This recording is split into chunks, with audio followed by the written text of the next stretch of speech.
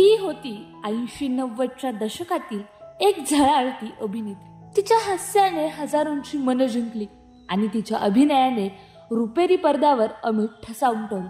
होय, आपण बोलतोय बॉलिवूडची प्रसिद्ध अभिनेत्री नीलम कोठारी हिच्याबद्दल.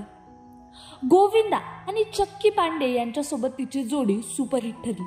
तिचं हास्य, तिचा दिलखुलास स्वभाव यामुळे ती प्रेक्षकांच्या मनात घर करून गेली. पण यशाची ही गोष्ट इथेच थांबत नाही. रुपेरी पडद्यावरून दूर गेल्यानंतर नीलमने ज्वेलरी डिझायनिंगमध्ये आपलं वेगळं स्थान निर्माण केलं. एक यशस्वी उद्योजका म्हणून तिने स्वतःला सिद्ध केलं. मात्र तिचं व्यक्तिगत आयुष्य संघर्षमय ठरलं. फॅब्युलस लाईफ विरुद्ध बॉलिवूड वाईब्स या मालिकेच्या 3ऱ्या सीझनमध्ये तिने पहिल्यांदाच आपल्या पहिल्या लग्नावर उघडपणे भाष्य केलं.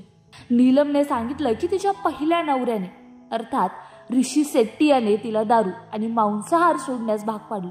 इतकंच नव्हे तर तिचं नाव बदलण्यासाठीही दबाव टाकला गेला.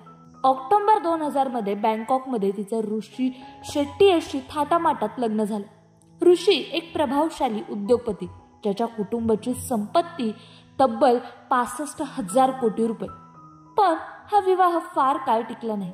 नीलमने सांगितलं की एक दिवस तिच्या मुलीने विचारलं की तू का नाही सांगितलं की तू घटस्फोटीत आहेस, आणि त्या क्षणी नीलमला स्वतःच्या भावनांवर ताबा ठेवणं अशक्य झालं.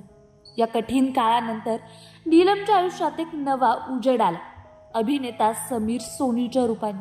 त्यांच्या मैत्रिणीची सुरुवात झाली एकता कपूरमुळे आणि पुढे ते आयुष्यभरासाठी एकमेकाचे झाले.